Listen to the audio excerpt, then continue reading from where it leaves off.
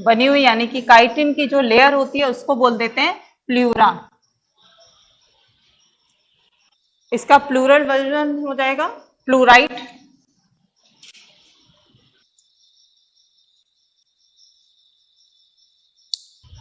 इसका हो जाएगा टर्गाइट।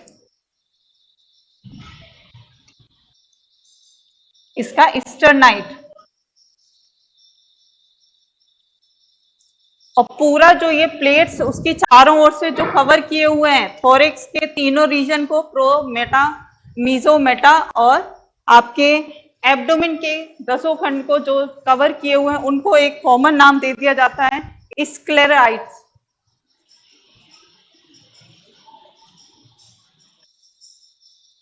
एक कॉमन नाम से बोल दिया जाता है। ठीक, इतना कवर हुआ।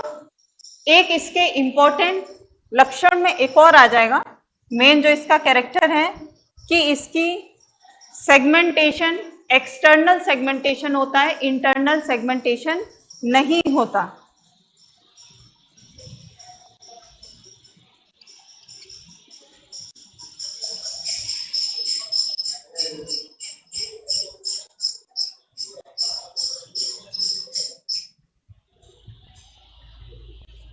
एक्सटर्नल सेगमेंटेशन का मतलब ये बाहर से सेगमेंट में तो दिख रहे हैं खंडों में बटे हुए, लेकिन अंदर में ये खंड में नहीं बटे रहते हैं, कोई सेगमेंट नहीं होता है। जैसे आप एनिलिडा में अगर देखते हैं केचुए के अंदर, तो सारे आपके खंड इंटरनल भी होते हैं पूरे अंदर से, लेकिन इसमें ऐसा नहीं होता आर्थ्रोपोडा में। ये इसके इंपॉर्टेंट फीचर्स हो गए सारे। आपके इसमें कोई रह तो नहीं गया? नहीं। अब अगर हम इसके बाद देखेंगे, ये विंग्स में हो गए आपके हेक्सापोडा, क्लियर हो गया। नेक्स्ट इसके जितने भी आप पढ़ेंगे वो पढ़ेंगे, पहले स्टार्टिंग माउथ पार्ट से करते हैं कि माउथ पार्ट, कोई बच्चा बताएगा कितने माउथ पार्ट्स होते हैं इसमें? माउथ पार्ट्स कहाँ? यहाँ पर, जैसे हेड है यहाँ पर इसके माउथ लगा रहेगा। माउथ अगर स्ट्रक्चर देखेंगे या पोजीशन देखेंगे तो ये हेड से 90 डिग्री एंगल पर लगा रहता है, तो इसीलिए इसकी कंडीशन को बोल देते हैं हाइपोग्नेथस कंडीशन। ये भी इसके इंपॉर्टेंट फीचर्स में हो गया।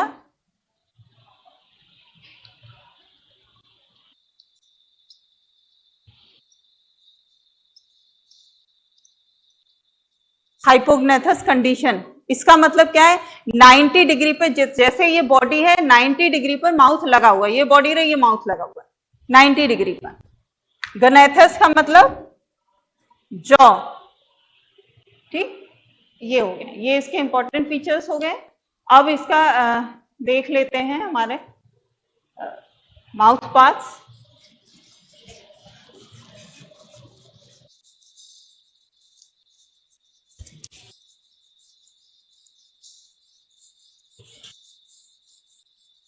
कॉकरोच के अगर माउथ पार्ट्स देखें, पहले कॉकरोच का डाइसेक्शन होता था, अब कॉकरोच का डाइसेक्शन नहीं होता। जैसे हम लोग जब इंटर पढ़ रहे थे तो डाइसेक्शन होता था। अगर कॉकरोच के माउथ पार्ट्स में देखें तो ऊपर में जो माउथ पार्ट रहता है वो हमारा क्या कहलाएगा? Maxilla, mandible. ये नहीं होता मैंडिबल, तो साइड वाला हो गया। लेबियम और लेब्रम, बताओ ऊपर वाला कौन सा हुआ?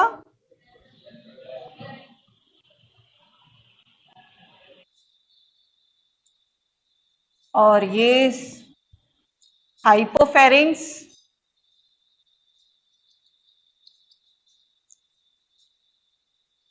ये लोअर लिप कहते हैं इसको, ये हो जाएगा अपर। साइड में इसके मैंडिबल होते हैं जो ट्रायंगुलर स्ट्रक्चर हो गया, ये हो गया मैंडिबल। और इधर कहीं पर आपका क्लियर नहीं, ये पैल्प होते हैं, ये मैक्सिला हो गए।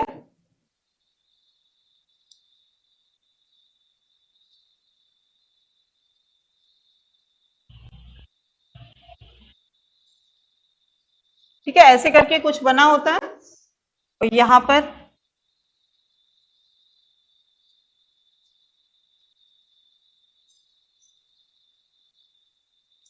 कुछ ऐसे करके, ठीक है।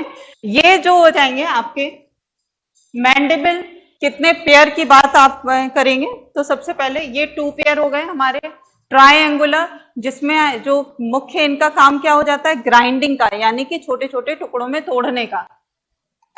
कॉकरोच में 2 मेन पार्ट्स होते हैं, बॉडी पार्ट, जिसमें ग्राइंडिंग होती है। कौन कौन सा? इस सबसे पहले ग्राइंडिंग हमारे मैंडिबल्स करते हैं, उसके बाद ग्राइंडिंग होती है गिजार्ड में, ठीक है। 2 सेकेंड। इसके मैक्सिला है सेकंड, यानी कि लोअर जॉ में जो टीथ होगा वो कौन सा होगा, मैक्सिला। आपके क्वेश्चन पूछा जा सकता है, डायग्राम बना के अगर पूछ देते हैं तो भी आप बता सकेंगे कि अगर ये खांचेनुमा संरचना है तो ये आपका क्या हो गया, मैंडिबल हो गया। अगर एक ये मैक्सिलरी पैल्प, इसको बोल देंगे मैक्सिलरी पैल्प।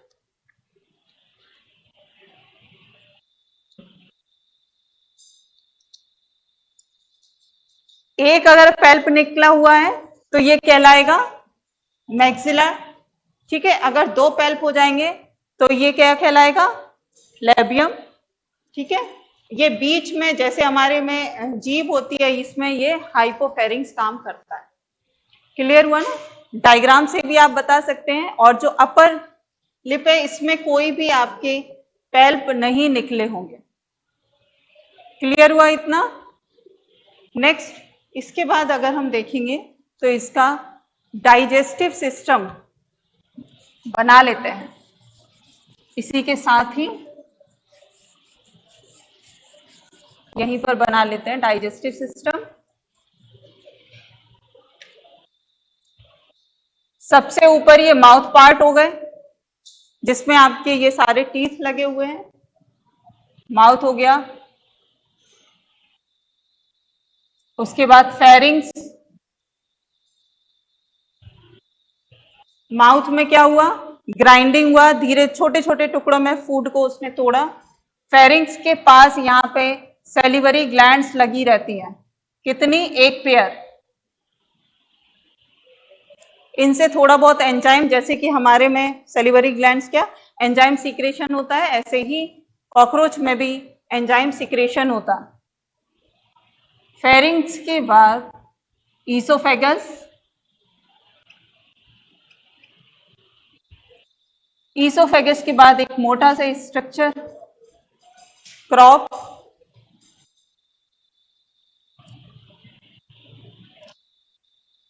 क्रॉप के बाद गिजार्ड,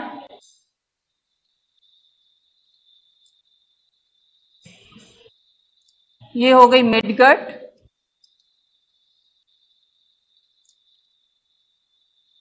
यहाँ पे डिफ्रेंशिएट होता है। मेन अगर कॉकरोच का डाइजेस्टिव सिस्टम हम देखते हैं तो कितने भागों में डिवाइड रहता है, 3 में। कौन कौन से 3 हैं?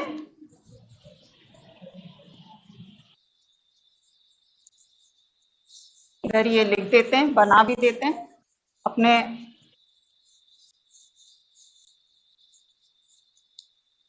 मिडगट और ये हैंडगट।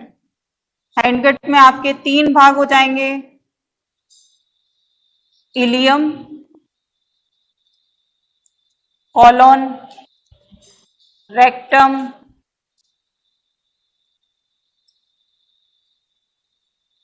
ठीक है, 3 पार्ट हो गए इसके।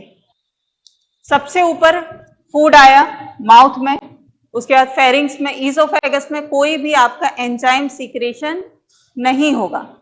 नेक्स्ट पहुंचा कहां पे, क्रॉप में, यानी कि वो क्या करता है, जैसे ही लगातार खाना खाता जाता है तो स्टोर करता रहता है। स्टोर करने के बाद सेलिवरी ग्लैंड से सेलिवा मिला हुआ फूड वो यहां पर स्टोर करके अपना रख लेता है। उसके बाद थोड़ा थोड़ा गिजार्ड में पहुंचा। गिजार्ड इसका बहुत ही कॉम्प्लिकेटेड स्ट्रक्चर होता है, सामान्य नहीं, क्योंकि इसका काम क्या है, ग्राइंडिंग का, छोटे छोटे टुकड़ों में तोड़ने का इसका काम है। अगर गिजार्ड का स्ट्रक्चर देखते हैं तो ये स्ट्रॉन्ग सर्कुलर मसल से ये बना हुआ होता है, मस्कुलर लेयर होती है, बहुत स्ट्रॉन्ग। इसके अंदर में 6 काइटिनस, काइटिन के बने हुए टीथ होते हैं।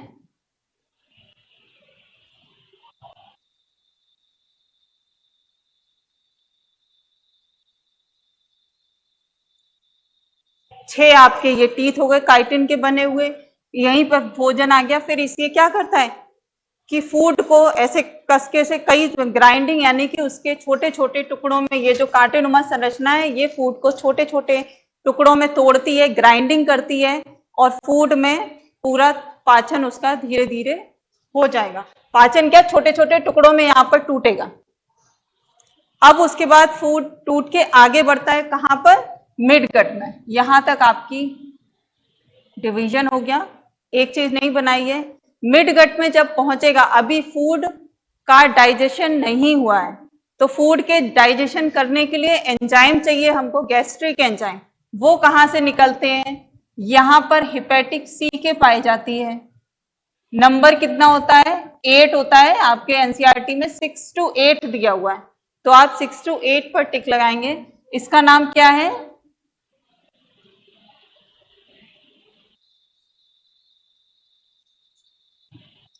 सी के,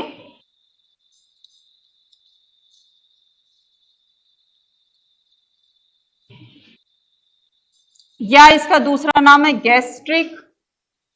चूंकि ये गैस्ट्रिक जूसेस निकालती है फूड को डाइजेशन में हेल्प करने के लिए, तो गैस्ट्रिक सी इसका नाम।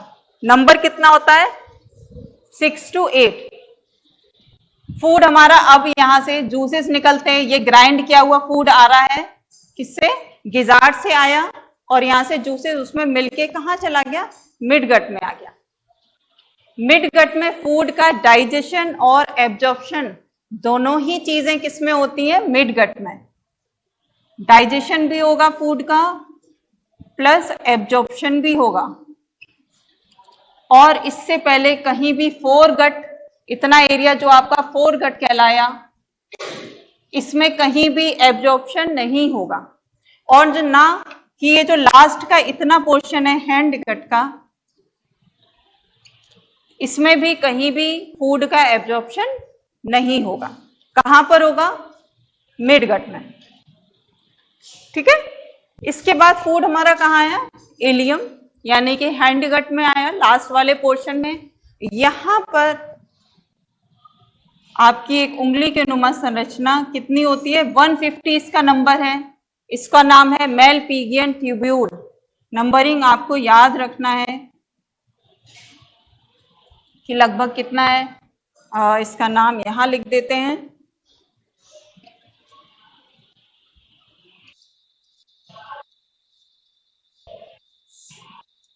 Malpighian tubule. नंबर क्या हो, कितना होता है, 150 के आसपास। ठीक है, काम क्या करता है, एक्सक्रीटरी ऑर्गन है, सबसे बड़ा ऑर्गन और भी है इसके कॉकरोच के, लेकिन मुख्य जो एक्सक्रीटरी ऑर्गन है वो आपका मेलपिगियन ट्यूब्यूल है। यहां से एक्सक्रीटरी मटेरियल किस में आया, इलियम में। इलियम से कॉलन, रेक्टम और बॉडी के बाहर कर दिया गया। कोई यहाँ पर एब्जॉर्प्शन नाम की कोई चीज नहीं है, सिर्फ एक पैसेज है जो कि फूड को, डाइजेस्टेड फूड को या वेस्ट मटेरियल को बॉडी से बाहर निकालने का काम करेगा। क्लियर हुआ इतना। फोरगट, मिडगट और हैंडगट 3 में बटा रहता है। फिर से एक बार क्लियर कर लीजिए, 3 भाग में बटा रहता है, फोरगट, मिडगट, हाइंडगट।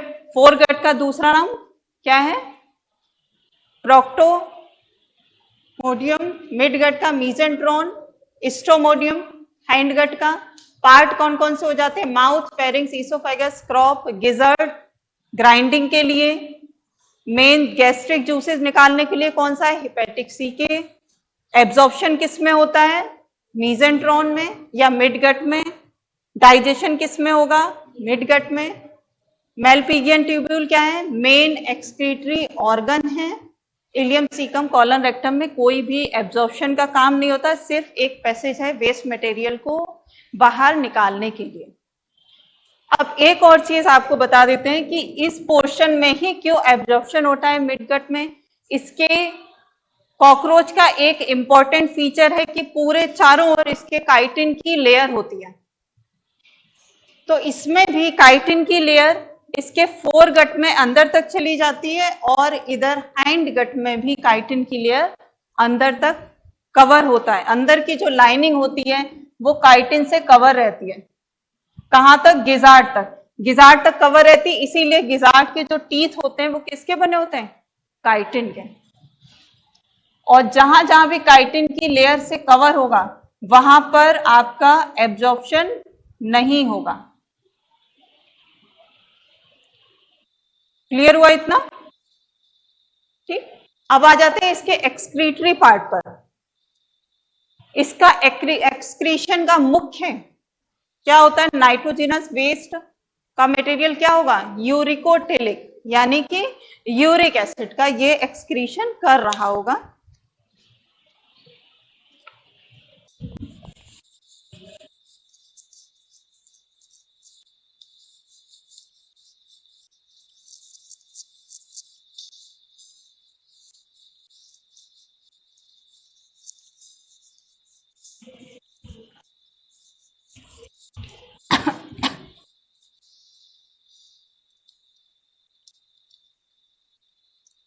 इसका नाइट्रोजिनस वेस्ट क्या हो जाता है?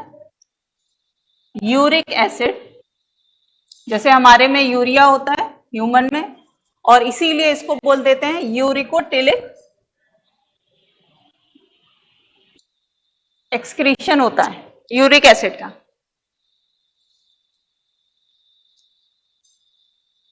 वो कौन करता है? Malpighian tubule. एक बार फिर से बना देते हैं, ये मीजेंट्रॉन हो गई, ये मिडगट, और ये आपकी हाइंडगट हो गई, और यहां पे क्या हो गए? मेलपिगियन ट्यूब्यूल, जो कि मेन इसका एक्सक्रीटरी ऑर्गन है, नंबरिंग 150 के करीब। काम कैसे करता है? जैसे अगर कॉकरोच का अगर हम पूरा बॉडी का, जैसे ह्यूमन की बात कर देते हैं, तो यूरिन का फॉर्मेशन कैसे होता है? ब्लड जाएगा कहां पर? किडनी में। किडनी उसको नेफ्रॉन के थ्रू फिल्ट्रेट करेगी और फिर वो हमारी बॉडी से बाहर जाता है। तो इसके में, और जैसे हम लोगों के में कैसा सर्कुलेटरी सिस्टम होता है? क्लोज्ड। कॉकरोच में कौन सा सर्कुलेटरी सिस्टम है? ओपन। ये भी इसका इंपॉर्टेंट फीचर हो गया, यहीं पर लिख लेते हैं, ओपन सर्कुलेटरी सिस्टम।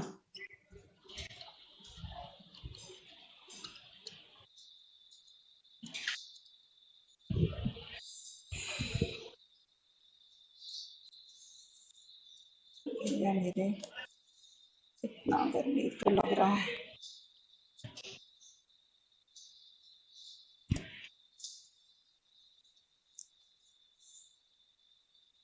ये भी इसका इंपॉर्टेंट फीचर है, open circulatory system. Open circulatory system का क्या मतलब हो जाता है? जैसे ये आपकी कॉकरोच की बॉडी है पूरा, हमारे में ब्लड, ह्यूमन में ब्लड किस में बहता है? ब्लड वेसल्स में। ब्लड वेसल्स होती हैं, आर्टरी, वेन, कैपिलरीज, इनमें जाके बहता है। ऐसे खुले में पूरे में तैरता नहीं रहता। लेकिन कॉकरोच में ये कैपिलरीज नहीं पाई जाती हैं। पूरे में जो भी इसके बॉडी ऑर्गन होते हैं वो पूरे ब्लड में इसके तैर रहे होते हैं। जितना भी ये ऑर्गन है, ये आपका पूरा, ये जो खाली जगह होती है इसको बोला जाता है हीमोसील।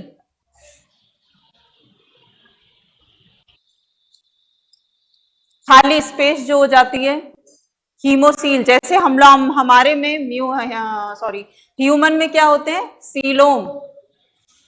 ह्यूमन में देखिए उस दिन जो पढ़ाया था, ये जो खाली जगह होती है उसको क्या बोल देते हैं? सीलोम।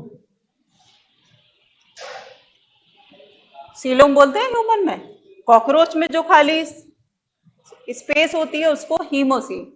इसमें जो ब्लड बहता है वो कौन सा कहलाता है? हीमोलिम्फ।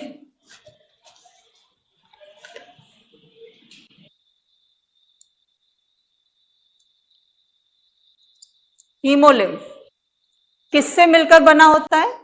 हीमोलिम्फ बना होता है प्लाज्मा प्लस हीमोसाइट, जो सेल्स होती हैं।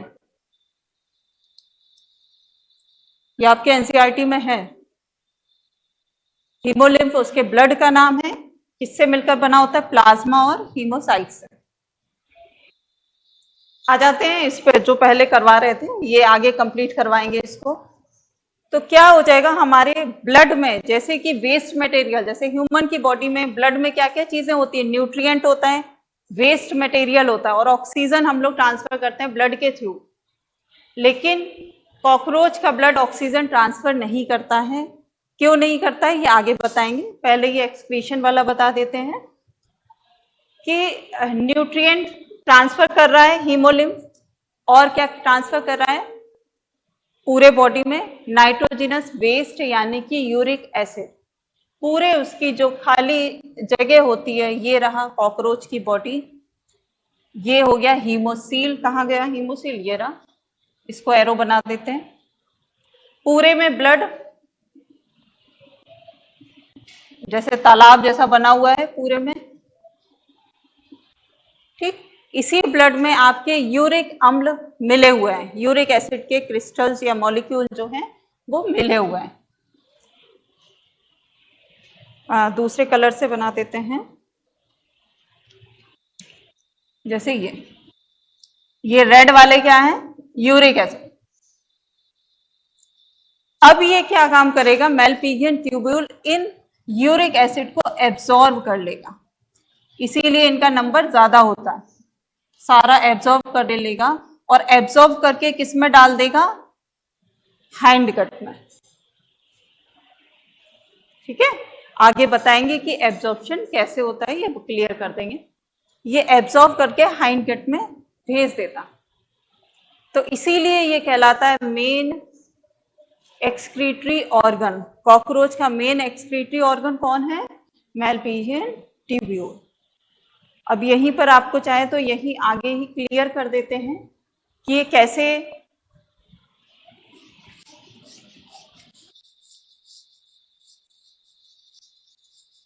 एक्सक्रीशन में ही डाइजेस्टिव सिस्टम,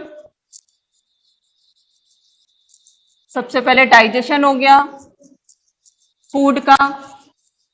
पहले फूड का क्या हुआ, फूड छोटे छोटे टुकड़ों में टूटा, ग्राइंडिंग हुआ फूड का, फूड में जूसेस मिले। कहां पर मिले थे जूसेस, फोरगट और मिडगट के बीच में, ठीक है। उसके बाद मिडगट में क्या हुआ, एब्जॉर्प्शन हो गया, डाइजेशन हो गया। यहां पर क्या हुआ, वेस्ट मटेरियल हमारे ब्लड से, हमारे क्या कॉकरोच के ब्लड से यानी कि हीमोलिम्फ से यूरिक एसिड एब्जॉर्ब किया। किसने किया एब्जॉर्ब, मेलपिगियन ट्यूब्यूल ने एब्जॉर्ब करके किस में भेज दिया, हाइंड गट में। हाइंड गट के बाद ये बॉडी से बाहर कर दिया जाता है। अब अगर Malpighian tubule main excretory organ है, तो इसका अगर हम स्ट्रक्चर देखते हैं, इधर बना देते हैं, जैसे ये है आपकी मेलपिगियन ट्यूब्यूल एक, और ये खुल किस में रही है, ये हाइंड गट है।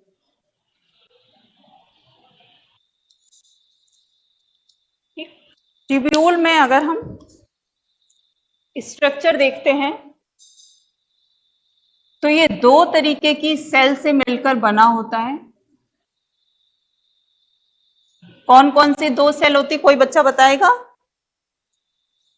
मेलपिगियन ट्यूब्यूल दो मुख्य सेल से मिलकर बना होता है, एक हो जाती है ग्लैंडुलर सेल और एक हो जाती है सिलिएटेड सेल। आपकी एनसीईआरटी बुक में दिया हुआ है, दो सेल हो जाते हैं। ये मेन एक्सक्रीटरी ऑर्गन है।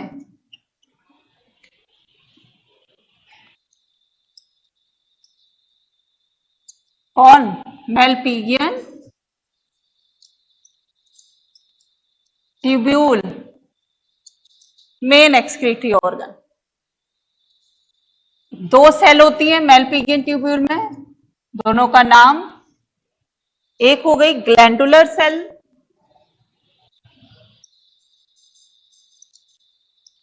दूसरी आपकी सिलिएटेड सेल, उसमें टिक लगाइए।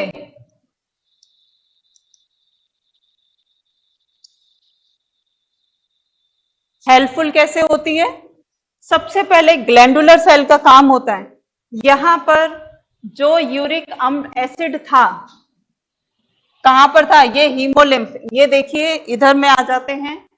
ये जो इतना एरिया था, इतना एरिया मान लीजिए, इतना कट करके इसका जूम स्ट्रक्चर देख रहे हैं उधर में, तो ये जो बाहर में यूरिक एसिड था आपका, वो डिफ्यूजन के थ्रू यहां पर अंदर में आ गया।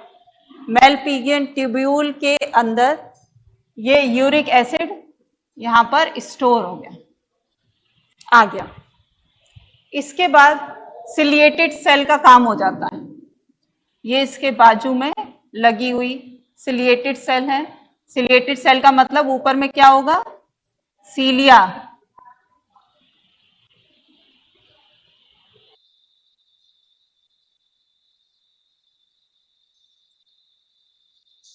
क्या लगे होंगे, सीलिया लगे होंगे। और सीलिया का फंक्शन आपको पहले से पता है कि सीलिया जिस किसी में भी लगे होंगे वो क्या काम करेंगे, मूवमेंट का। किसी का खुद चल जा रहे होंगे या पैरामीशियम के चारों ओर लग गया तो वो खुद गति करने लग गया, लोकोमोशन करने लग गया। लेकिन और अगर इसमें पाए गए तो ये जो यूरिक एसिड जो इसने एब्सॉर्ब किया था, इसको एक डायरेक्शन में मूवमेंट देता है। ये नहीं कि बैकवर्ड नहीं देता है, ये डायरेक्शन कौन सा होता है, टुवर्ड्स हिंडगट। ठीक है, क्लियर हुआ इतना बच्चा? इसका डायरेक्शन कैसा होता है, टुवर्ड्स हिंडगट। सिलिएटेड, ये दो तरीके की सेल है, कौन कौन सी, ग्लैंडुलर और सिलिएटेड। ग्लैंडुलर का फंक्शन है एब्सॉर्ब यूरिक एसिड और सिलिएटेड का है मूव यूरिक एसिड कहां की तरफ, हाइंडगट, उसको साइड देता है, मूवमेंट करता है हाइंडगट, टुवर्ड्स हाइंडगट। अगर एक्सक्रीटरी ऑर्गन, कॉकरोच के एक्सक्रीटरी ऑर्गन की बात करते हैं तो इसके दो और एक्सक्रीटरी ऑर्गन पाए जाते हैं। कौन कौन से दो हो गए, पहला तो ये हो गया मेलपिगियन ट्यूब्यूल, दूसरा क्या हो गया, फैट सेल है ना, फैट सेल या फैट बॉडी, फैट बॉडी ना, फैट बॉडी। तीसरा हो गया यूरिकोज। फैट बॉडीज क्या है, अगर कॉकरोच का बॉडी अगर हम देखते हैं तो इसके में जैसे एडिपोज टिश्यू की भांति इसमें भी जो है पूरे में, ये तो हमने बहुत बड़ी बड़ी बना दी, छोटी छोटी सेल होती है। इस सेल के अंदर ये कौन, ये क्या हो गई, ये फैट बॉडीज हो गई, छोटी छोटी कोशिकाएं होती हैं जो फैट बॉडीज। इसके अंदर जो सेल होती हैं उनको बोलते हैं यूरेट सेल। ये जो सेल है फैट बॉडीज के अंदर, इसको नाम दे दिया जाता है यूरेट सेल।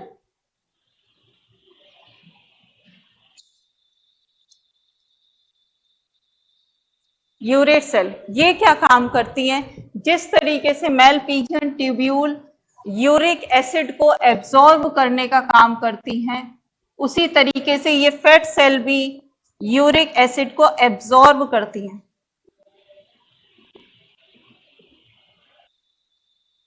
ठीक है, ये भी किसको एब्जॉर्ब करती है, यूरिक एसिड यानी कि नाइट्रोजनस वेस्ट को। एक यूरिकोज, ये केवल मेल कॉकरोच में पाई जाती, फीमेल कॉकरोच में नहीं होती। ये भी यूरिक एसिड को सिक्रेशन का काम करती है, ऐसा वेस्ट मटेरियल। नाम आपको पता होने चाहिए कि कौन कौन से एक्सक्रीटरी ऑर्गन होते हैं कॉकरोच में। मेन तीन हो गए, कौन कौन सा, मेलपिजियन ट्यूब्यूल और फैट बॉडी जिसमें कि यूरेट सेल पाई जाएगी, और कौन सा होगा, यूरिकोज जो कि मेल कॉकरोच में होती है, फीमेल कॉकरोच में नहीं होती। क्लियर हुआ इतना?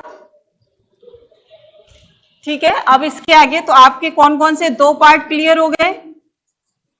पहले तो कॉकरोच की मार्फोलॉजी, बाहरी जितने भी स्ट्रक्चर, कॉकरोच का कैरेक्टर, कॉकरोच के विंग्स, उसके बाद कॉकरोच के जो एक्सो स्केलेटल होता है, किसका बना होता है, एक्सो स्केलेटल काइटिन का बना होता है। कितने पार्ट होते हैं उसको बोलते क्या है, स्क्लेराइड्स, उसकी यूनिट। कॉकरोच के स्केलेटल की, एक्सो स्केलेटल की यूनिट क्या होती है, लिखा नहीं, स्क्लेराइड्स इधर में बोला था मैंने, एनसीईआरटी में दिया होगा आपको कि कॉकरोच के एक्सो स्केलेटल की यूनिट स्क्लेराइड्स होती है, जो तीन भाग होते हैं, कौन कौन से थे? टर्गम, नीचे का स्टर्नम, साइड वाला प्लूरा। ठीक, ये सारे जो चारों साइड के होते हैं एक बार फिर से देख लीजिए। चारों साइड के ये नाइट्रोजन की यानी कि काइटिन की प्लेट्स लगी होती हैं, चारों के नाम। इन दो का नाम सेम होता है, प्लूरा, ऊपर का नाम टर्गम, नीचे का नाम स्टर्नम। ये काइटिन की प्लेट्स आपस में एक जुड़ी होती हैं, जिसको क्या बोल देते हैं? आर्थोडियल मेम्ब्रेन से कवर होती है।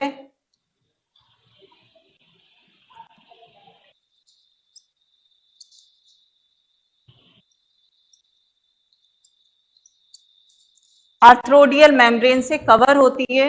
ये कवर क्यों होती है? ताकि जब कॉकरोच रिलैक्स होता है, जैसे किसी की भी ह्यूमन बॉडी भी देख लीजिए, अगर रिलैक्स मूड में होती है तो थोड़ी सी लंबी हो जाती, और अगर हम वर्किंग होते हैं तो लंबाई उसमें कम हो जाती, थोड़ा बहुत ही फर्क होता है, सेंटीमीटर, है ना, मिलीमीटर का। इसी तरीके से कॉकरोच में भी आर्थोडियल मेम्ब्रेन क्या करती है, जब उसकी बॉडी रिलैक्स होती है तो उसका साइज थोड़ा सा बढ़ जाता है, तो बढ़ाने का और घटाने का काम ये आर्थोडियल मेम्ब्रेन करती है। इसको लिख लीजिए, एनसीईआरटी में दिया हुआ है। नेक्स्ट, आपके क्या भाग हो गए? डाइजेस्टिव सिस्टम हो गया पूरा, सेकेंड सिस्टम एक्सक्रीटरी सिस्टम हो गया। अब थर्ड आपका दो सिस्टम हो गए, तीसरा अब सिस्टम हम लोग देख लेते हैं, सर्कुलेटरी सिस्टम। यहीं पर समझा देते हैं आपको।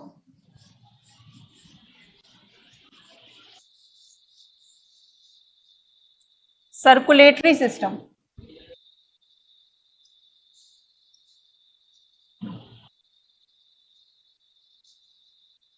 सर्कुलेटरी सिस्टम के बारे में कोई बच्चा बोलेगा?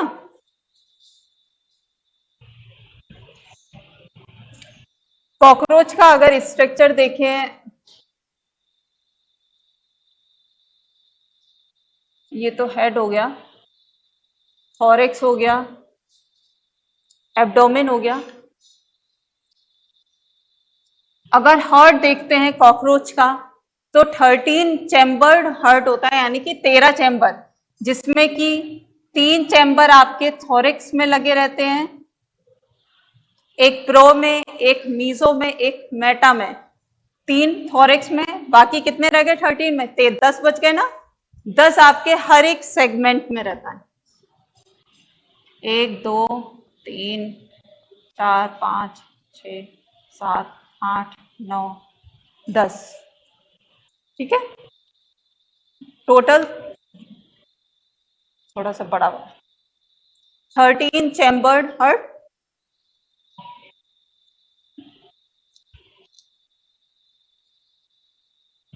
अगर कॉकरोच का हम बॉडी को चूंकि ऐसे करके बॉडी हमारी इंटरनली सेगमेंटेड नहीं होती है, एक्सटर्नल वो हमको दिखती है कि सेगमेंट में बटी हुई है, लेकिन इंटरनल वो सेगमेंट में नहीं बटी होती है। तो अगर हम हॉरिजॉन्टल कॉकरोच की बॉडी अगर देखेंगे तो वो कैसी होती है? क्योंकि आपको ये उसका डायरेक्शन पढ़ना है कि सर्कुलेटरी सिस्टम में ब्लड किस डायरेक्शन में बहता है, इसलिए आपको ये बताना है।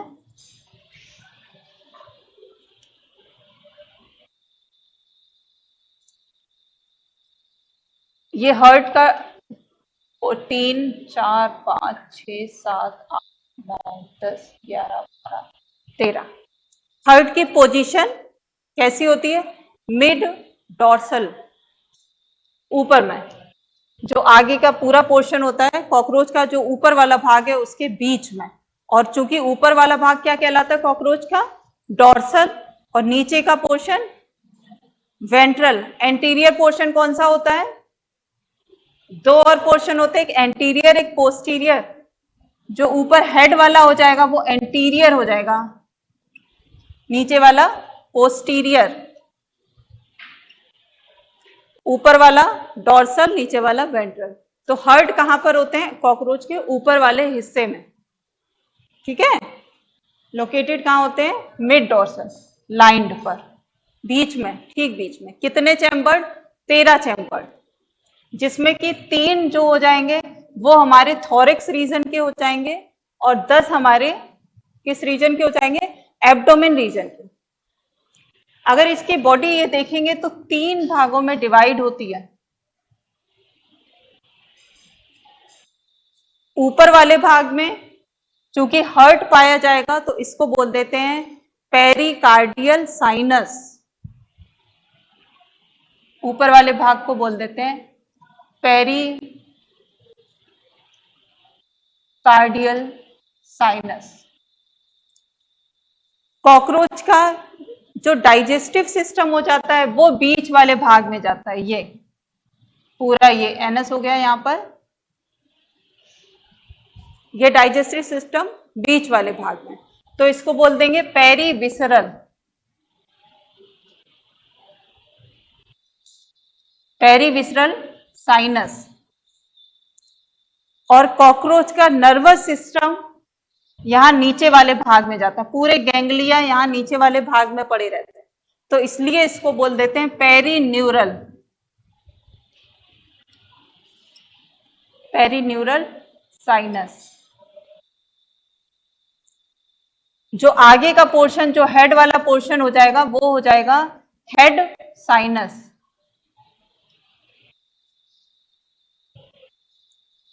यानी कि कॉकरोच के कितने 4 खाली जगह हो गई, कौन कौन सी, पेरिकार्डियल, पेरीविसरल, पेरीन्यूरल और हेड साइनस। अब इसका फंक्शन कैसे होता है, ब्लड कैसे बहता है पूरे में, ये जो ब्लड है आपका,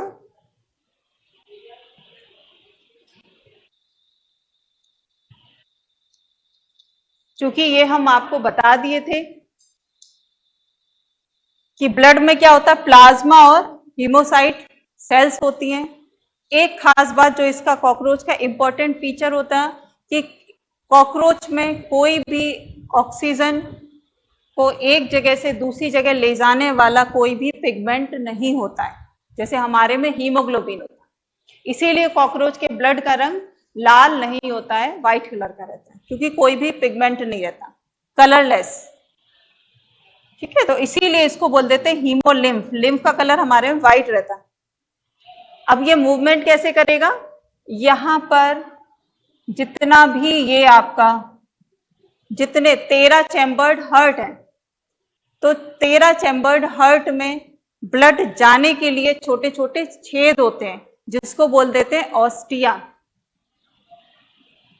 ये देखिए 13 है, तो 13 जगह हर एक हर्ट में एक पेयर ऑस्टिया होता है, ऑस्टिया या ऑस्टियम।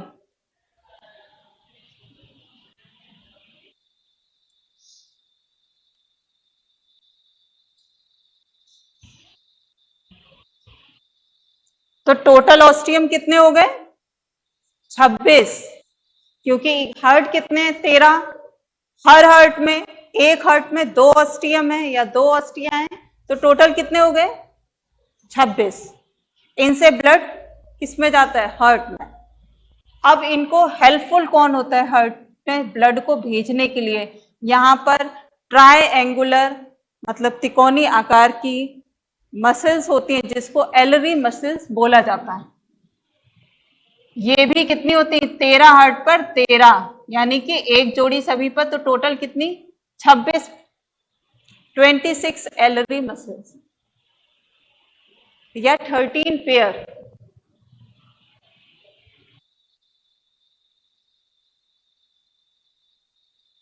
इसका नाम क्या होगा, एलरी मसल, जो इसको हेल्पफुल करती है। ब्लड कैसे जाएगा, ब्लड फ्लो कैसे होगा, एक उसका फ्लो चार्ट बता देते हैं। देखिए ब्लड इसमें हर्ट में भर गया, किसके थ्रू, ऑस्टिया के थ्रू ब्लड हर्ट में एक साथ भर गया। अब ब्लड का फ्लो कैसे होता है, पीछे से आगे की ओर, यानी कि एंटीरियर, पीछे से आगे की ओर ब्लड पूरा पंप होके, इसमें ब्लड पंपिंग यानी कि हर्ट में ब्लड भरने का काम कौन करता है, अपने आप नहीं होता है, क्योंकि कॉकरोच में ब्लड बहुत प्रेशर से नहीं बह रहा है। जैसे हम लोगों में, ह्यूमन में क्या है, क्लोज सर्कुलेटरी सिस्टम है, तो ब्लड क्या है कि बहुत प्रेशर से बह रहा है, क्योंकि आर्टरी, वेन, इन सब में बह रहा है, कैपिलरीज में। कॉकरोच में ऐसा नहीं है, ब्लड क्या पूरे में तैर रहा है, तो कोई प्रेशर नहीं है। तो अब प्रेशर कैसे प्रोड्यूस होता है? प्रेशर, ये जो एलरी मसल्स हैं ये खींचती हैं हार्ट को, ऐसे खींचा तो उसके प्रेशर कम हुआ और उसमें हार्ट में ब्लड भर गया। हार्ट में जब ब्लड भर गया तो पंपिंग पीछे से आगे की ओर हो गई और ब्लड हमारा कहाँ आ गया? हेड साइनस वाले पोर्शन में ब्लड आपका आ गया। ये पता होना चाहिए कौन सी मसल्स थी, एलरी मसल्स। पंपिंग कहाँ से होती? पोस्टीरियर से एंटीरियर पोर्शन में होती है। हेड साइनस के बाद ब्लड कहाँ गया? ये नर्वस वाले पोर्शन में, पेरीन्यूरल साइनस में ब्लड गया।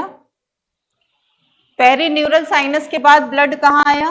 पेरीविसरल साइनस में, जहां की आपके डाइजेस्टिव सिस्टम पड़ा हुआ है।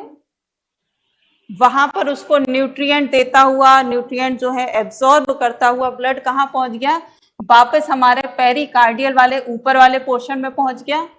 पेरिकार्डियल साइनस में ब्लड पहुंचने के बाद एलरी मसल ने फिर से खिंचाव किया और ब्लड कहाँ चला गया? ऑस्टियम से हार्ट के अंदर फिर से ब्लड पहुंच गया।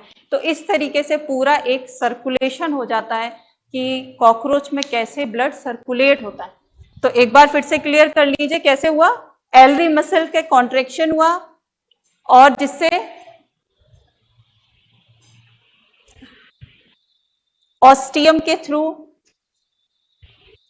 ब्लड अंदर गया, हार्ट में पहुंचा, 13 चैम्बर्ड हार्ट है, फिर हेड साइनस में पहुंचा, उसके बाद पेरीन्यूरल साइनस में पहुंचा, उसके बाद पेरीविसरल साइनस में पहुंचा, नेक्स्ट पेरिकार्डियल साइनस में, फिर एलरी मसल ने कॉन्ट्रैक्ट किया और हार्ट ऑस्टियम के थ्रू ब्लड कहां पहुंचा? हार्ट में। क्लियर हो गया इतना? नेक्स्ट, तो आपको इस पूरे में क्या याद करने का है? पहले चैम्बर्ड कितने होते हैं? 30। ऑस्टिया जो उसमें ब्लड पास करते हैं कितने होते हैं? 26 या 13 पेयर, 13 पेयर। कौन सी मसल्स होती? एलरी मसल्स होती, कितनी होती? 26 या 13 पेयर। ठीक है, ये आपका मेन चीज होगी। इसके ब्लड को क्या हीमोलिम्फो लेंगे, ऑक्सीजन को ये पास नहीं करेगी। तो अब सवाल ये होता है कि अगर ऑक्सीजन को पास ये नहीं करती है, हाँ एक क्वेश्चन ये और था इसमें कि मान लीजिए चूंकि अब इसका ब्लड के सिस्टम क्या है? ओपन सर्कुलेटरी सिस्टम, तो इसमें प्रेशर कौन बनाता है कि ब्लड अंदर जा सके हार्ट में? तो कौन बनाएगा? एलरी मसल्स इसको कॉन्ट्रैक्ट करेंगी और इसमें प्रेशर बनाएगी। ये क्वेश्चन पूछा जा सकता है।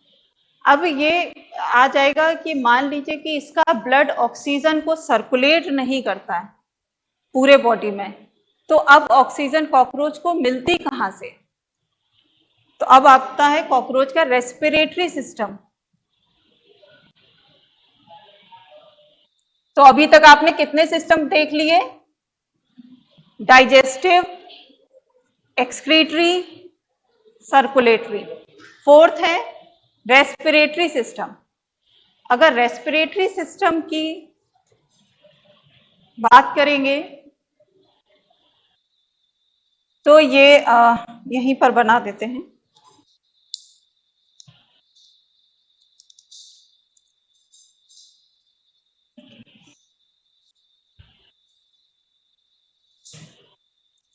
कॉकरोच में स्पाइरिकल्स पाए जाते हैं जो ये बाहर सीधे एनवायरनमेंट से वो ऑक्सीजन को एब्जॉर्ब करती है। छोटे छोटे छेद इसके थोरेक्स में और मेटाथोरेक्स में होते हैं। टोटल 10 स्पाइरिकल होते हैं, यानी कि 10 पेयर। पूरा कॉकरोच ये है, इधर इधर इधर इधर, तो ये पेयर में हो गए। ये स्पाइरिकल हैं जो इसकी बॉडी के साइड में लगे होंगे।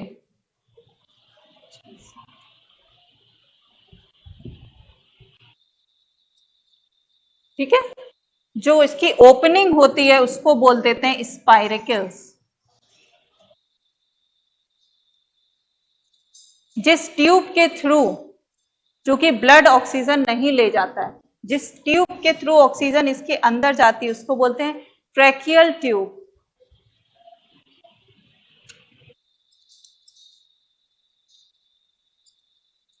फिर ये ट्यूब छोटी छोटी ट्यूब्स में बंटती है।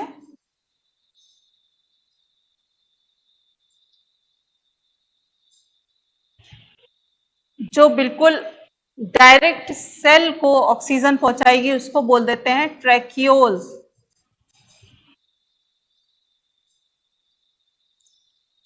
ये डायरेक्ट कोई ये आपकी सेल है किसी उसकी बॉडी की कोई भी सेल है तो उसमें डायरेक्ट ऑक्सीजन दे देती है। इसमें ब्लड का कोई भी, क्योंकि ब्लड में पिगमेंट है ही नहीं कॉकरोच के, इसलिए ब्लड का कोई रोल नहीं होता है। स्पाइरिकल से ऑक्सीजन एब्जॉर्ब हुई, ट्रैकियल ट्यूब के थ्रू ट्रैक्यूल्स में पहुंची और ट्रैक्यूल से सीधे जितनी भी सेल हैं पूरे बॉडी में, इवन इसके पंख वगैरह सभी में आपके ट्रैक्यूल्स पाई जाएंगे, जिससे ऑक्सीजन वहां वहां जहां जहां ऑक्सीजन हर सेल में पहुंच जाती है ऑक्सीजन, और वहां से ये ट्रैक्यूल क्या लेती हैं, CO2। CO2 लेके यही ट्रैक्यूल उसको बाहर निकाल देती हैं, बॉडी से बाहर कर देती हैं। ठीक है, जब ये श्वसन क्रिया यानी कि ये रेस्पिरेशन कर रहा होता है तो बॉडी क्या ऑक्सीजन लेता है, तो बॉडी थोड़ी एक्सपेंड होती है, फिर कॉन्ट्रैक्ट होती है। और इसमें हेल्प कौन करता है, वो जो अभी मैंने कौन सी आर्थ्रोडियल मेम्ब्रेन बनाई थी, जो उसके चारों नाइट्रोजनस जो कवरिंग थी उसको थोड़ा सा 1 mm या 2 mm बढ़ाने में या कम करने में हेल्पफुल होता है। ये मेन हो गई। तो इसके पूरे इस सिस्टम को क्या बोलते हैं, ट्रैकियल सिस्टम। ये आपके एनसीईआरटी में दिया हुआ है। ट्रैकियल सिस्टम इसको बोलते हैं। तो ये एनसीईआरटी में तो आपको मेन रेस्पिरेटरी सिस्टम में जो चीज याद करनी है वो क्या क्या है, नंबर 1 पॉइंट स्पाइरिकल्स। अच्छा,